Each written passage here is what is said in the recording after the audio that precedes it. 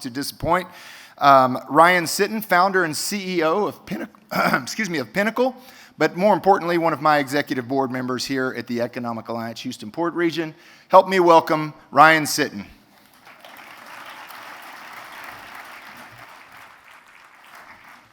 Did he actually say, "I never failed to disappoint"? That's all. No, none taken. Well, now you have a lot to live up to. High bar. People ask me all the time these days, Ryan, you've been around the energy industry a long time, served in public office.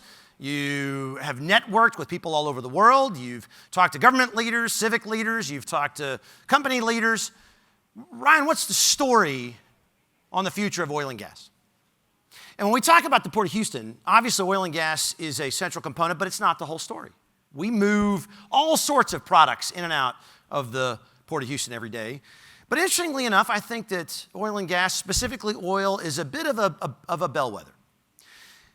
Because oil is arguably the most fungible commodity on earth. In other words, all around the world, people use energy that comes from oil every day. And that oil, the price of oil, the cost to produce oil, refine oil, transport oil, we can compare those things all around the world more closely than we can any other product that the world uses. So when we talk about moving a commodity like that, that's so essential to the way we live life every day, we can say that, man, the future of that commodity tells us something not just about that commodity, but about any large industrial operation, certainly when it comes to things that move in and out of the Port of Houston. And when people ask me, Ryan, oh gosh, we sure hear a lot of interest. I feel like, and I hear this all the time, I feel like I hear things on both sides of the argument. Is oil and gas dying? Is it going away, Ryan? Or is it going to thrive? Is it going to grow? Like, Ryan, what's the real story? Mankind has an interesting, especially modern society, has an interesting proclivity that we call recency bias. We tend to look at the things that happened just in the last week, the last day, maybe the last year, and we tend to take that as sort of the new normal. And we have a, unfortunately, bad habit of not looking at the complete story. And so before I tell you what we can anticipate about the future of oil and gas, I'm going to talk about another area in human history in which society, mankind, specifically government, drew specifically bad conclusions. In 1960, the United States was very concerned about the rising incidence rate and fatality rate from heart disease. From 1900 to 1960, the fatality rate due to heart disease had risen from 6% to 1/3. Say it again, in 1900, only 6% of Americans who died from heart disease. By 1960, 1/3 of Americans were dying from heart disease. This was becoming almost a level of kind of national panic. My gosh, what is causing heart disease to have such a profound impact on the fatality rates of Americans? So in 1977, Senator George McGovern, who at the time was the chairman of the Committee on Health and Human Need, convenes a panel. And in this panel that goes on for several days, they bring up all sorts of experts. I'm talking doctors, nutritionists, scientists, researchers, and everyone's opining on what could be causing this massive increase in fatality rates due to heart disease. Over the course of those multiple days, there are numbers of staffers, and this is a government, this was a Senate charged committee. So they actually had said, let's go do this. This is on behalf of the American people. They get all this data together, and a committee staffer, pulls all of the testimony together and kind of sums it up into this really long report. It's like 120 pages. And out of this comes the American Dietary Guidelines. This really awesome document that says, here's what Americans should eat and how they should eat. And in that document, there were some interesting conclusions culminated from all of this testimony about what was the villain causing heart disease. And the primary culprit that this group had landed on, or at least that this staffer had pulled together from all this testimony, was dietary fat. Now public enemy number one. And in fact, in the American Dietary Guidelines, it recommended that the average American should boost their caloric intake due to carbohydrates from somewhere in the 40% range up to 60%, and they should reduce their caloric intake from fat from 40% to 30%. Now, those moves aren't entirely, outlandish. In fact, I'm pretty sure I made bigger changes than that just when I ate the cookie today. The fact is, what the American people heard was fat is bad. And if you grew up in the 80s like I did, you'll remember your parents going to the store and like every other package saying low fat or no fat. Low fat, no fat. Low fat, no fat. We were buying low fat and no fat foods in bulk. And of course, low fat and no fat foods, if they taste good, don't have fat, they have sugar. And so the Americans' intake of sugar from 1980 forward began to skyrocket. Now we sit here today and you say, yeah, but Ryan, we knew about this, right? Like we know that sugar is no longer good for us. That ship has sailed. From 2000 to 2020, Ryan, haven't we reduced our sugar intake? Yes, absolutely we have. In fact, from 2020 to 2020, from the year 2000 to 2023, we've reduced our sugar intake by like 15%. Now, still there though is a problem. What is the problem with sugar intake? In 1970, the American incident rate of diabetes was 2% or less. Fast forward to today, 11.6% of Americans have diabetes. More than 1 in 10 Americans suffer from acute diabetes, real impact diabetes.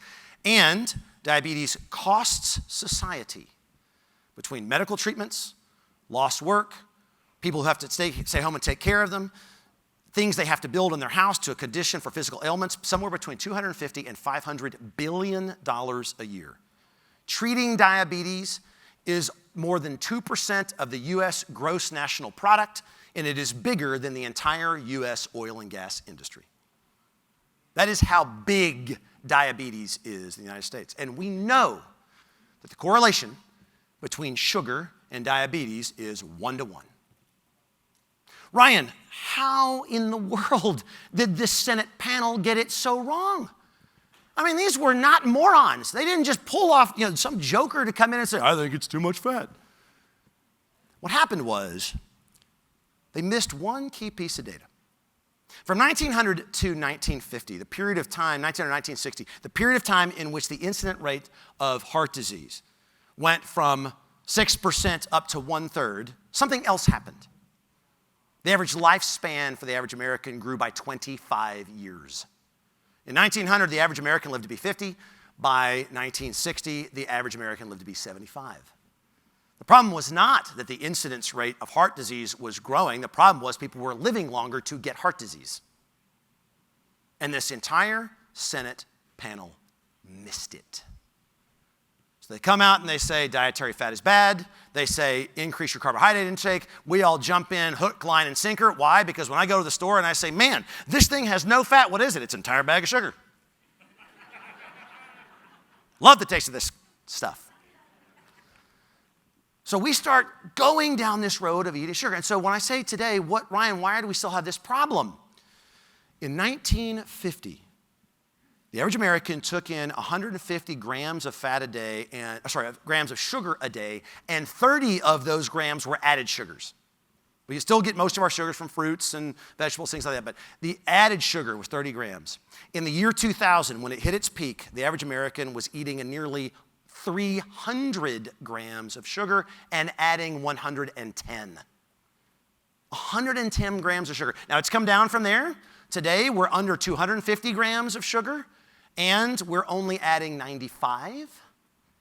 But that 95 grams of sugar that we are adding today is 3 times what human beings were consuming in sugar. That's just the added, 3 times what the humans were eating in total 150 years ago. Over the 20 years, from 1980 to 2000, the American dietary supply chain became 100% dependent on sugar, corn and sugar, get 1/3 of our nation's farm subsidies. We loves us some sugar, and it is killing us. So Ryan, that's an interestingly morbid story to tell. How does that relate to oil and gas? In 2019, The world consumed, that was the most consumed year of oil and gas in world history. We consumed 100.3 million barrels a day average over the course of 2019. In 2020, as you can imagine, world consumption of oil dropped through the floor. In fact, we averaged right at 90 million barrels a day in 2020. Why? Because people were huddling at home, not going anywhere because of fear of COVID. Of course, by 2021, most of the lockdowns had lifted. And in 2021, the world consumption of oil had only grown to 94 million barrels a day. And people began to think, the world has changed. That's it. People are not going to drive to work anymore. They're all going to work from home.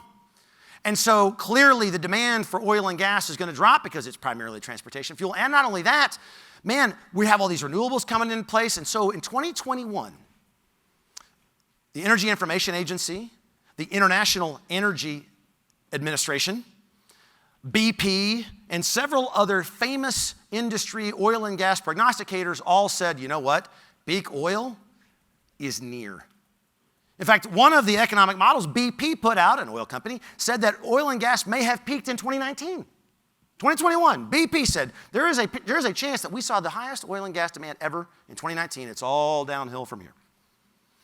And so people have began to, okay, we're bracing for this, and these stories are going out there, and you're seeing people who are anti-oil and gas leaning hard into this notion that oil and gas is going away, and it's all now transition. That's 2021, just 2 years ago. What's happened since then? I mean, Ryan, is this playing out the way that everybody said? Well, first of all, before we talk oil and gas, let's talk just total energy.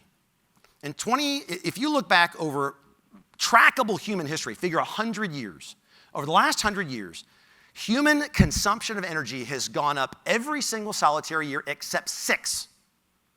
Those 6 years were 1979 through 82, 79, 80, 82, 2009, and 2020. What was going on in those 6 years? Massive recessions and COVID. Yeah?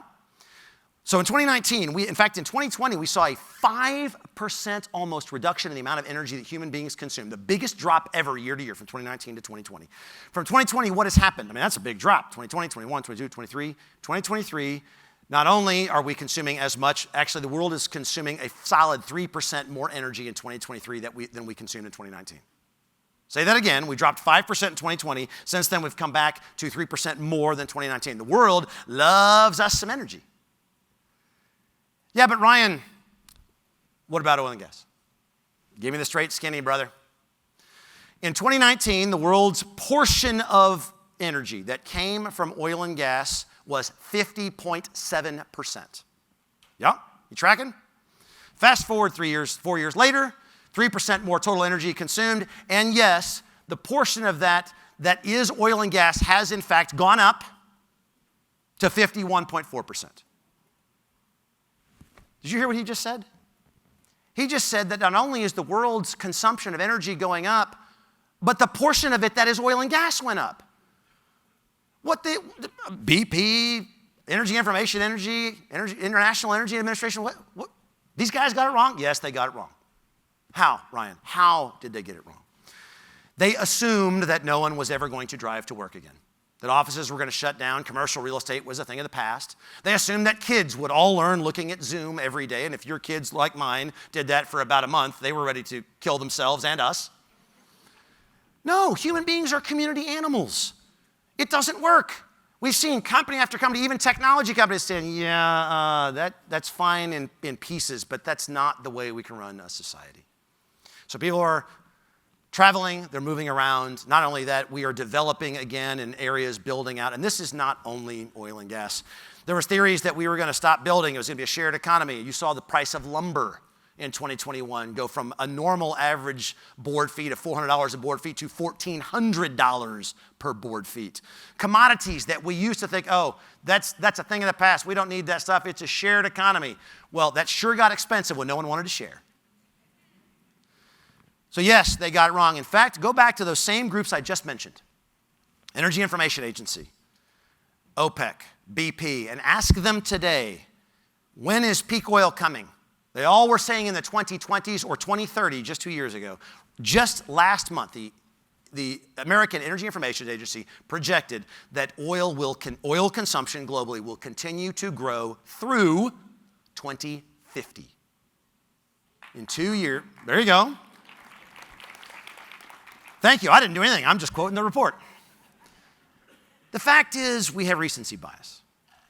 And it is easy to get hung up on these little statistics, if you will, that either one, don't tell the whole story, or they're so recent that even the whole story they tell is incomplete. What we do know is this. Around the world today, countries other than developed nations, your third world countries, your second world countries, are trying to build their infrastructure just like the Americans did 200 years ago, 150 years ago, and 100 years ago. And they need easy access fuels to do it. I have said this before, and I can there is absolutely worlds in which we use more and more non-traditional energy products. Ryan, you did this. Non-traditional. Don't you mean renewable? Yeah, that's an interesting word because if you're seeing the piles of wind blades in landfills that can't figure out what to do with them, the whole notion of renewable is a bit of a spectrum.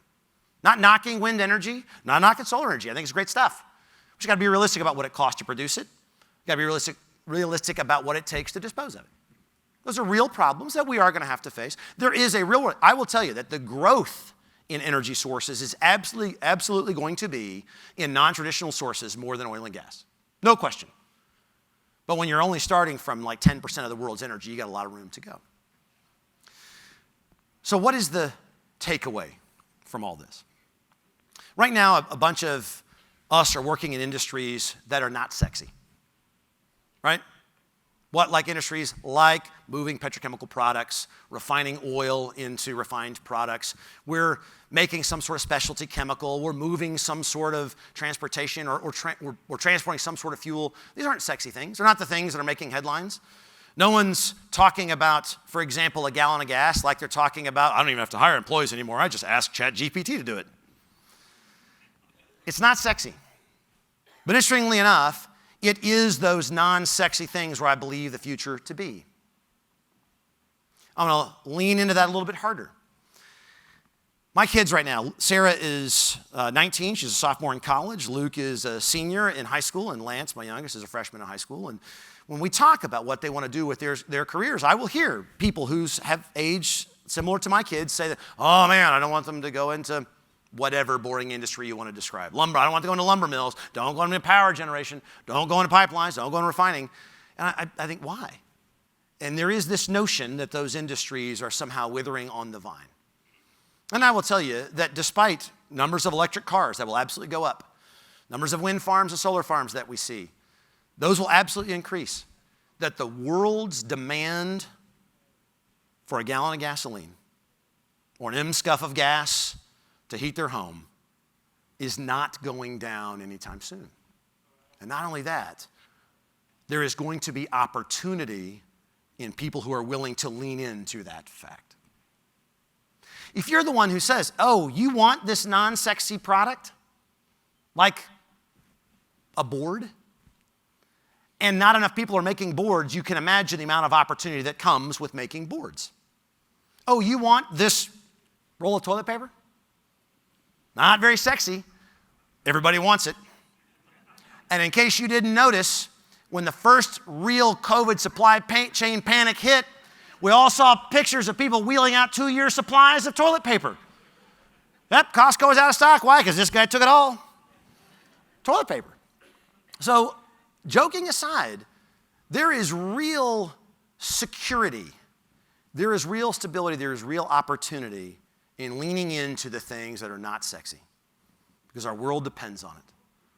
And despite what the headlines may say, the world's going to depend on it for decades to come, and the people in this room are the people that make those things a reality.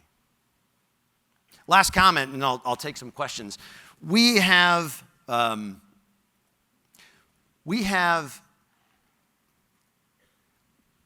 interesting opportunities when you look at the recession coming. You'll hear a lot of different opinions. Is a recession coming?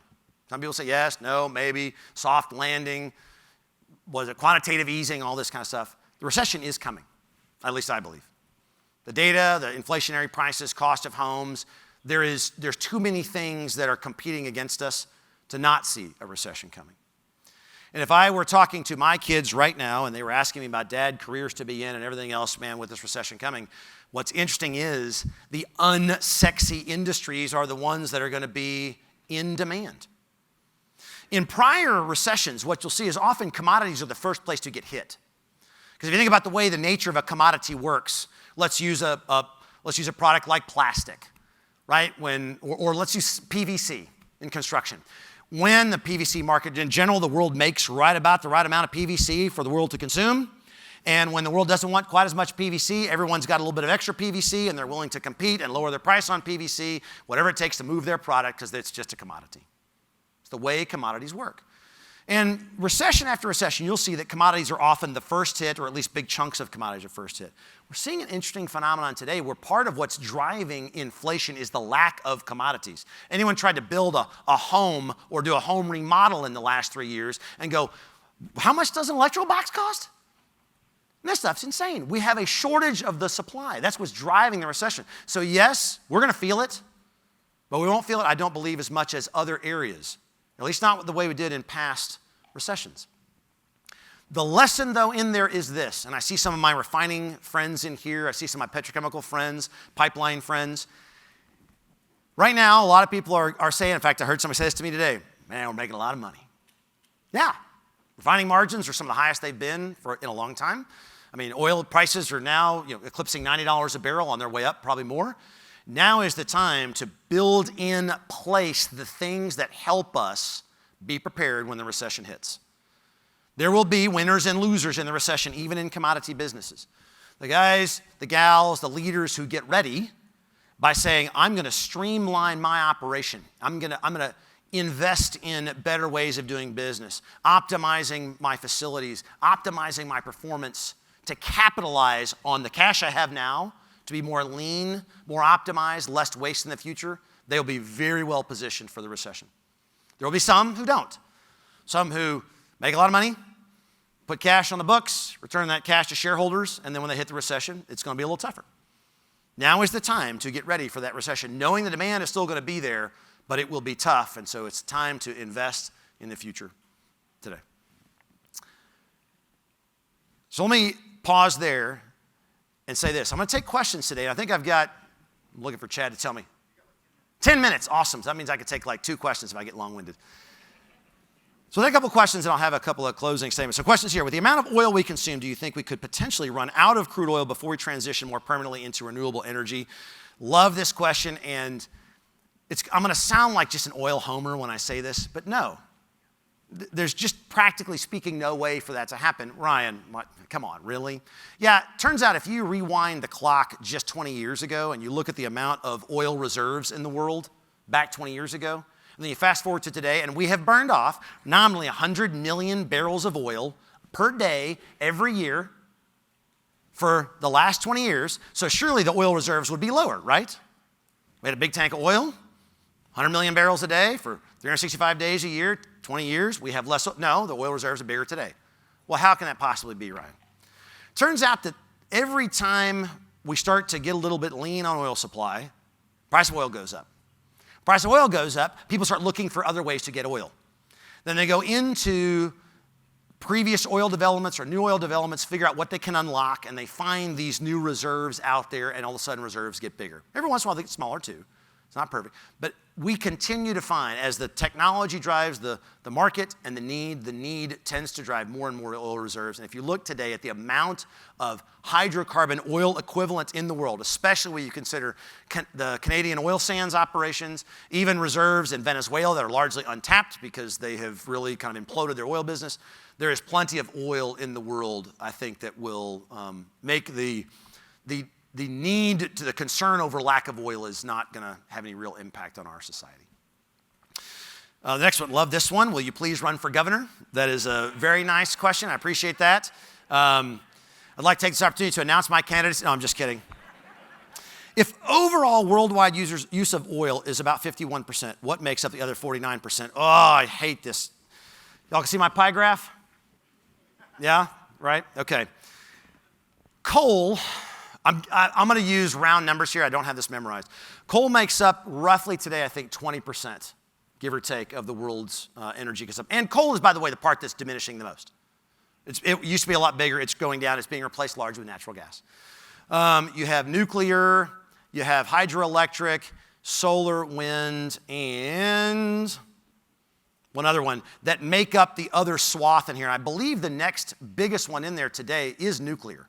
However, right behind that, I can't remember which one, wind and solar, are bigger. Then there's just other, which are like hydroelectric, things like that are in there. And so those are the ones that make up the other percentages, and I can't remember exactly what percentages they are. Can you describe your motivation for starting and growing Pinnacle and the services provided to various industries? Well, thank you for that plug. I'll go and put my salesman hat on. Let me talk about this one briefly. Our company, Pinnacle, and I'm going to make this relevant to everybody here, whether you're in a large facility or not. Pinnacle sets up reliability programs for the world's biggest industrial facilities. A lot of the ones I just talked about, things like refineries, chemical plants, mining operations, big pipelines, terminals, lumber mills, wastewater treatment facilities, anyone that's got a whole bunch of assets, a whole bunch of machines, and all those machines have to work together. Stuff comes in one end, like a log, and out the other end comes boards, or in one end comes crude oil, out the back end comes jet fuel, gasoline, diesel. All these machines have to work together. If one of those machines breaks, then the whole thing doesn't work. And as we know, when that happens, vis-a-vis Hurricane Harvey, when it happens really badly, all of a sudden things go nuts, right? Our business is making those facilities more reliable. We implement really sophisticated analyses, pull all that data together, and figure out you need to do this maintenance over here, this inspection over here, this upgrade over here, whatever. Why that's relevant to everybody here is, we've been in business now 17 years. And in that time, our business has evolved a lot. Back in the day, back in 2006 when we started, we were doing a lot of basic data gathering. We take data out of here, put it in a spreadsheet, run a calculation, a lot of stuff you're used to. Fast forward today, 17 years, I'll brag on us for a minute. We're probably the most advanced reliability analytics company on earth, based right here in Pasadena. We pull data in for all sorts of facilities and help them plan maintenance and capital strategies on a real-time basis that no one's ever been able to do. Why is that relevant to us, Ryan? Because we use years and years of data to keep really good, smart people in these facilities from making the same mistakes that George McGovern made. Why do I say it that way? We have good people in businesses every day. I'm not just talking industrial business. I'm talking, my parents are both teachers. Taught for 82 years between the two of them. So one taught physics, one taught chemistry. We have people in healthcare. We have people in sales jobs, people selling cars. In all of these areas, there is really profound ways to change the way you do business. But most importantly, and even more so going forward than the past, is the ability to take a step back from the stuff that the whirlwind of everyday work, and try to make objective decisions about how we run our businesses. We've had to do that at our company, and I know that every other business out there is getting to do that today. And those who do that, I'm not talking about ChatGPT and artificial intelligence necessarily, but new tools, new systems, better way of making decisions, those are having more and more profound impacts on businesses every day. And we've done it, you're all doing it, and those who do that well will be the leaders of tomorrow. I think that I am needing to wrap up and move on to our next. I got 5 more minutes? Awesome, man. Talk about LNG exports and capital investment increasing our capacity. Well, we have a lot of LNG exports and we have a lot of capital investment increasing our capacity. Why this is important. In fact, I'll transition again back to geopolitical stuff. Somebody else may ask, Ryan, what about what's happening in the Ukraine right now? What does that tell us about the future of oil and gas? If we think that countries around the world are buying into the narrative that oil and gas is going away, then there was really no reason for Russia to invade Ukraine. Control of access to seaports was their primary objective. Russia, in wintertime, like half, not quite that big, 40 to 50% of European natural gas prior to the Ukraine conflict was purchased from Russia. Russia controls a large portion of the Eastern Hemisphere's natural gas supplies and prices. And they're not stupid. They knew that in order to maintain that supply control and the power choke, if you will, on the energy demand there, this was going to be a key element as we go forward. What does that mean for us? The world wants more fuels, and the U.S. is in a fantastic place to produce those fuels. U.S. has a lot of oil reserves, but our oil reserves are not near as big as some other places. Our natural gas reserves are some of the biggest in the world. So we arguably have a bigger impact, bigger opportunity as a nation to capitalize on natural gas as an export product than we do in refining and oil, even though we have more refining capacity than any other country on earth. Bring that all together to say this. If you were to say, Ryan, from a global impact, a global export product market, how does the United States sit when it comes to energy? We clearly maintain a position as the world leader. Nobody makes, produces, manages, ships, develops, supplies the world energy like the United States does. And we should capitalize on that opportunity. We should lean into that opportunity. It's a way to lead, not just from a, yes, we make a lot of it, but we make it safely, reliably, environmentally friendly. I have actually been, believe it or not, in the Middle East and watched the amount of flaring and the amount of pollution that comes out of Middle East oil and gas production relative to the United States. If you're worried about clean air in the world, man, the best way to make sure it's clean is to build as much of that stuff at home where we control it. So as we invest more in these capital projects to export our products, man, it is not only good business opportunity, it's not only good economic opportunity, it's a way to lead the world in an environmentally responsible and reliable way. And that's something I think we should all be proud of. So with that, I am going to wrap up. Thank you for letting me be here. I do have three things. One, Ryan, closing comments or bring it all together. One, as I said, we're not all in sexy businesses, but the opportunities that will come in these not that sexy businesses, I think are going to look really sexy over the next few years. Being ready for that, leaning into it, that's what's going to put people here in a good position. Two, as we look to our leaders and we say who are making decisions in elected office, sometimes it's not about them telling us what we want to hear. Are they really thinking through what's happening? And three, eat less sugar. Y'all have a good day.